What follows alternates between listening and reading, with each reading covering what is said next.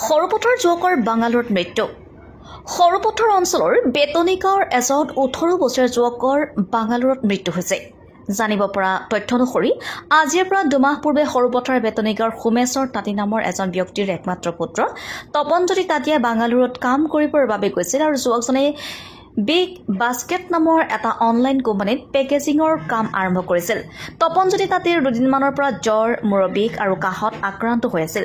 দৰৱ জাতীয় খাইছিল যদিও তপনৰ জ্বৰ ভাল নহল আৰু শুক্ৰবাৰে বিয়লি যুৱকজনৰ আকস্মিকভাৱে মৃত্যু হয়।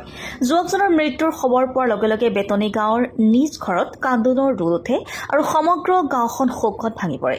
মোৰ ল'ৰা এটাই, ল'ৰা 4 নম্বৰ। ল'ৰাটো কালিহে খবৰ পাইছোঁ, হঠাৎ এনেকা হৈ গ'ল।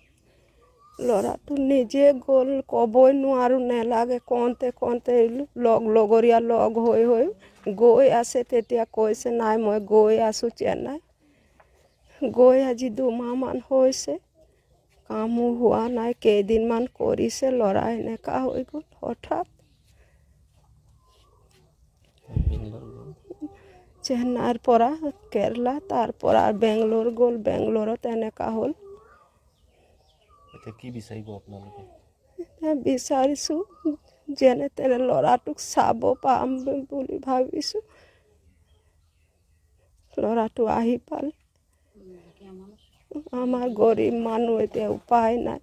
বাপেকো বহুত বেমাৰত যেনে তেনে ভাল হ'ল, এতিয়া ল'ৰাটো এনেকা হৈ গ'ল, উপায় নাই, কি কৰিম।